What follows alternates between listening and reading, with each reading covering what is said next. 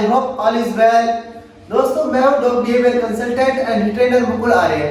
दोस्तों अक्सर पपीज के अंदर एक कॉमन प्रॉब्लम देखने को मिलती है कि पपी घर के अंदर हर समय कुछ ना कुछ खाने के लिए ढूंढ रहे होते हैं और हमेशा कोई चाहे चीज खाने की हो चाहे अनवांटेड चीजें हो उसको बस खाने की लगी होती है।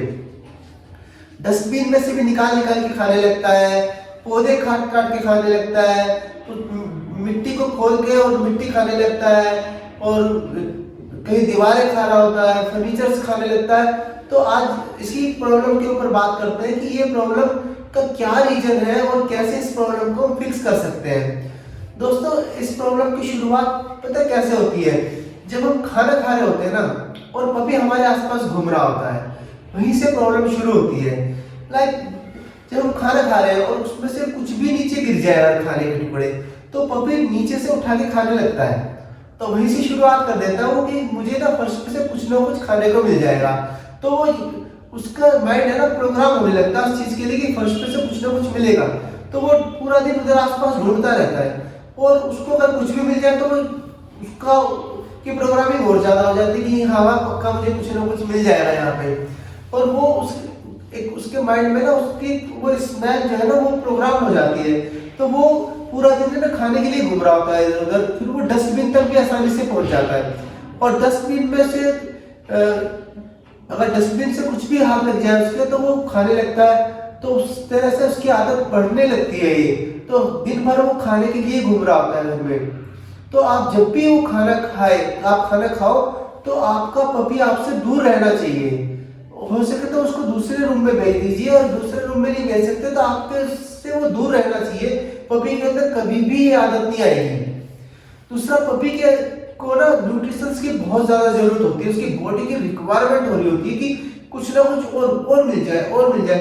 तो हमें जरूर ध्यान रखना चाहिए कि उसको न्यूट्रिशंस को पूरे दे रहे हो। जैसे कि हम पैकेट फूड दे रहे होते हैं मार्केट से लाके, तो उस पर तो लिखा हुआ होता है कि आपने हमने इतना ग्राम देना है, इसमें न्यूट्रिशंस पूरा मिल जाएगा। फिर भी पपीज की रिक्वायरमेंट कई बार पूरी नहीं हो रही होती। तो जरूर ध्यान रखना चाहिए हमें। या हम रोज चिकन दे रहे हैं उसमें फिर भी आप कितना भी कुछ भी दे रहे हो फिर भी कम पड़ जाती है रिक्वायरमेंट। तो आप जरूर ध्यान रखिए कि उसकी रिक्वायरमेंट कम नहीं रहनी चाहिए, उसकी पूरी हो जाए। तो वो आपको पता चल जाएगा आपके पपी संतुष्ट रहना चाहिए, सेटिस्फाई रहना चाहिए खाने से। तो आप जरूर ध्यान रखिए और उसको सप्लीमेंट्स जरूर प्रोवाइड कीजिए। जैसे उसको मल्टीविटामिन्स बाजार से लाके देना ही चाहिए, आपको देना पड़ता है। मल्टीविटामिन्स देना पड़ता है, कैल्शियम देना पड़ता है और आयरन देना पड़ता है और साथ में फास्फोरस या और चीजें देनी पड़ती है आपको। तो आप मार्केट से लेके जरूर दीजिए उनको, उसकी जरूरत पड़ती है।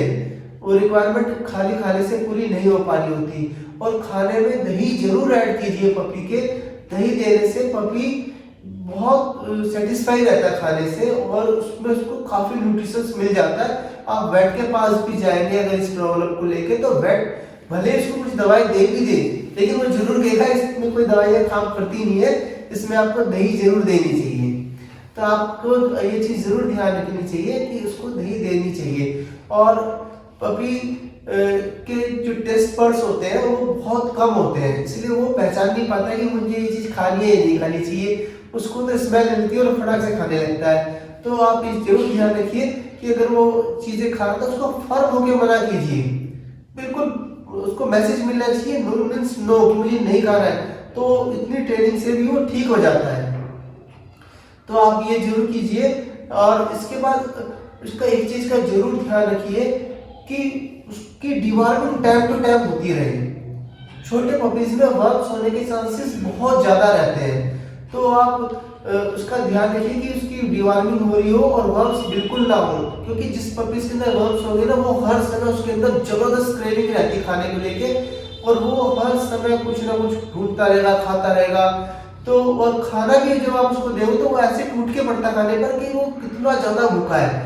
तो आप समझ जाएंगे कि इसके पेट में वर्म्स है। तो आप मेक श्योर है कि उसके वर्म्स बिल्कुल मत होने दीजिएगा।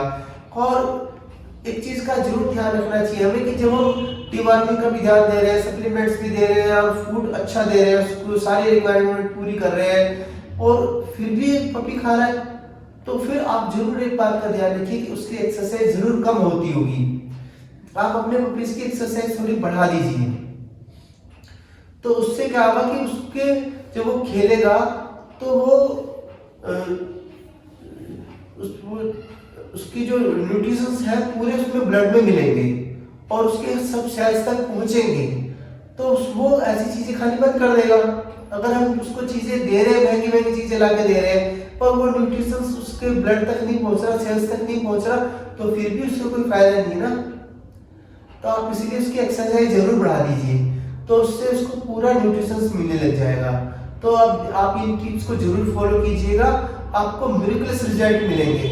ये कोको पहले ऐसी करती थी, ये तो पागल है, गोबर तक खा लेती थी गाय का सड़क पे से। इसको ये लगता था कि घर में तो कुछ देंगे नहीं है, ऐसे खाने नहीं देंगे कोई भी गलत चीज, तो ये घर से कई बार उसको मौका मिल जाए निकल जाती थी, सड़क पे से उठा के खा जाती थी ये गंदी चीजें। तो पपीज की आदत पड़ जाती है, सड़क पे से भी कुछ भी उठा के खाने लगते हैं और घर में से भी। तो आप ये टिप्स को जरूर फॉलो कीजिएगा, आपको अच्छे रिजल्ट्स मिलेंगे। आपको दिवाली का ध्यान रखना है, न्यूट्रिशंस का ध्यान रखना है, उसके सप्लीमेंट्स का ध्यान रखना है और उसको ट्रेनिंग का ध्यान रखना है। फॉर्म होकर नो बोलना है, आपको 100% बहुत अच्छे रिजल्ट मिलेंगे। आपका पपी कभी भी गलत चीजें नहीं खाएगा लाइफ में। तो दोस्तों, उम्मीद है आपको वीडियो ठीक लगी होगी, अच्छी लगी होगी और आपके काम आएगी। और अगर वीडियो अच्छी लगी तो प्लीज वीडियो को लाइक कर दीजिए और चैनल को अगर अभी तक सब्सक्राइब नहीं किया तो प्लीज चैनल को सब्सक्राइब करके बेल आइकन को ऑन कर दीजिए, ताकि आपको ऐसी वीडियोस टाइम पे मिलती रहे। Thank you for watching, take care, bye bye.